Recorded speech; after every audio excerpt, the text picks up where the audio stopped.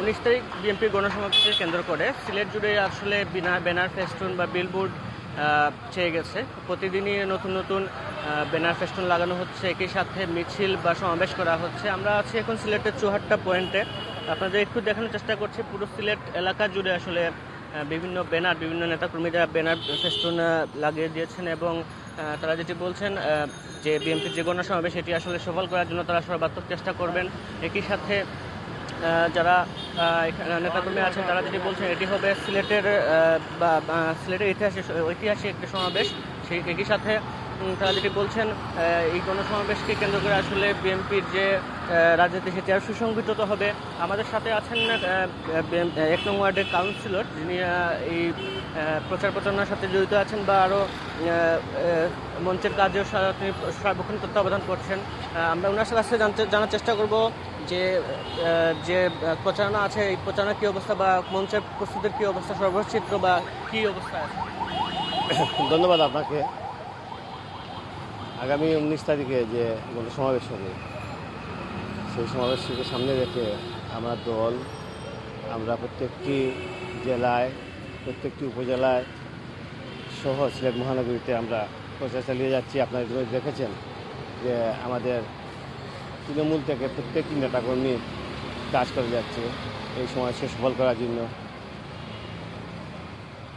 সরকারের এই পর্যন্ত সরকার যে রাষ্ট্র পরিচালনা করে যাচ্ছে, এই অবৈধ সরকার, জনগণ তা মেনে নিচ্ছে না। জনগণ শেখ হাসিনা নামক এক কারাগারের মধ্যে বন্দী আছে। আমরা চাই জনগণকে একটা স্পেস করে দেওয়ার জন্য, যাতে প্রতিবাদের একটা জায়গা করে দেওয়ার জন্য। এই যে সমাবেশ, এই সমাবেশটি হচ্ছে এই সরকারের বিরুদ্ধে একটা প্রতিবাদ, একটা অনাস্থা আনার জায়গা। এখানে শুধু বিএনপি নেতাকর্মীরাই থাকবে না, এই সিলেটের এই বিভাগের প্রত্যেকটি মানুষ স্বতঃস্ফূর্তভাবে চেষ্টা করবে এই সমাবেশে আসার জন্য, যদি সরকার বাধা না দেয়। সরকার বাধা দিলেও আসবে, আর যদি বাধা না দেয় তাহলে এই শহরে আমরা জায়গা দিতে পারবো না সমাবেশে আগত মানুষকে। আমাদের বিশ্বাস যে আমরা অন্তত 4 লক্ষ মানুষের সমাগম এই সমাবেশে করব।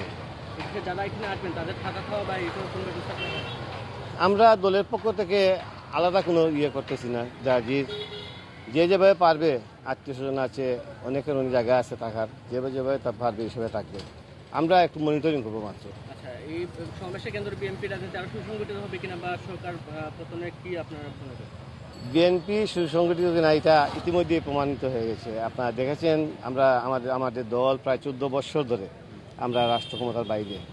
আমাদের উপরে কত নির্যাতন, জেল জুলুম, হত্যা, গুম, এগুলি সব কিছুই আমরা উপেক্ষা করে আজকে বিএনপি প্রত্যেকটি বিভাগীয় শহরে আপনারা দেখেছেন যে প্রত্যেকটি বিভাগীয় শহরে আমাদের যে সমাবেশ হয়েছে, প্রত্যেকটি সমাবেশে আমরা সফল হয়েছি।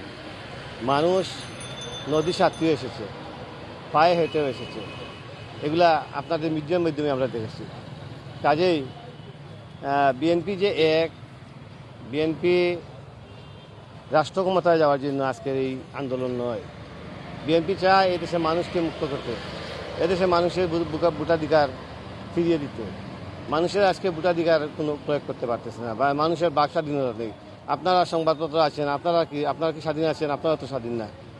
আপনারা তো মানে সব সত্যি কথাগুলি আপনারা প্রকাশ করতে পারতেছেন না, অনেক বাধা বিপত্তি করতেছেন।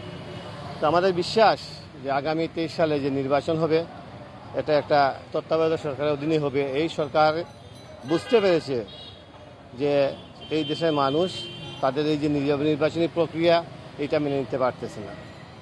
কারণ তারা রাত্রে বুট দিয়ে দেয়, বিভিন্নভাবে কৌশল করে কীভাবে বুট চুরি করা যায় সেই পন্থাগুলি তারা অবলম্বন করে। এখন কি ওই ইলেকট্রনিক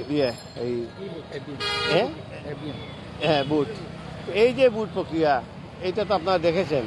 এটার মধ্যে অনেক কারচুপির অনেক সুবিধা আছে, আরও ভালো এগুলাতে কারচুপির বিভিন্নভাবে আমরা দেখেছি। এগুলা বিভিন্ন প্রতিষ্ঠানগুলি দেখেছি, বিভিন্ন সংস্থাগুলি এগুলো দেখেছে কীভাবে এটাতে কারচুপি করা যায়।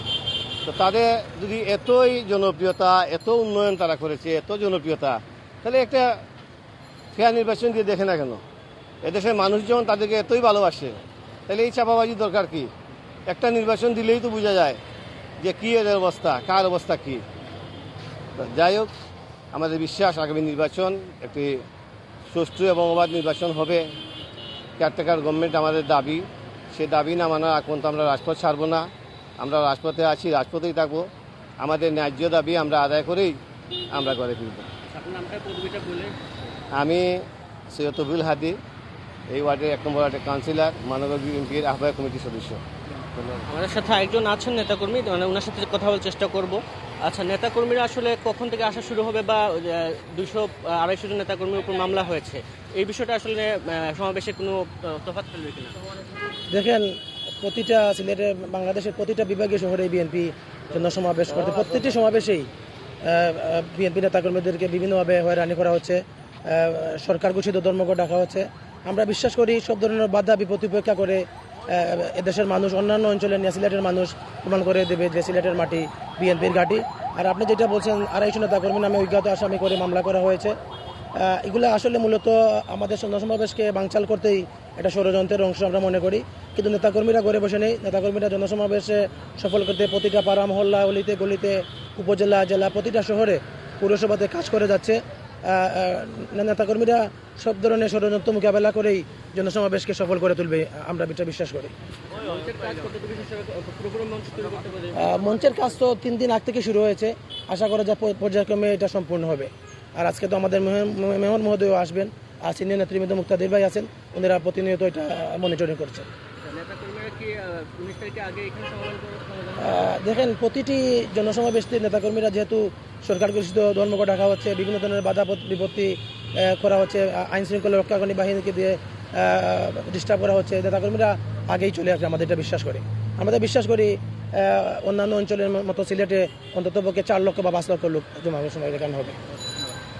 দর্শক, যেমনটি বলছিলেন নেতাকর্মীরা, যে সমাবেশের আগেই আসলে নেতাকর্মীরা এখানে এসে উপস্থিত হবেন। তারা যেটি বলছেন, বিভিন্ন বাধা বিপত্তি পেরিয়ে আসলে তারা এই সমাবেশের অংশগ্রহণ করার জন্য প্রস্তুত রয়েছেন।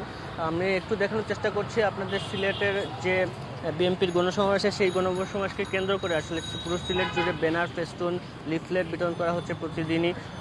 একই সাথে বিভিন্নভাবে সমাবেশ করা হচ্ছে। পুরো সিলেট আসলে ব্যানার ফেস্টুনে পরিবেষ্টিত হয়ে আছে। একই সাথে নেতাকর্মীরা যেটি বলছেন, যে কোনো প্রতিবন্ধকতা মোকাবেলা করেই তারা আসলে এই সমাবেশকে সফল করবেন, এমনটি আশা করছেন।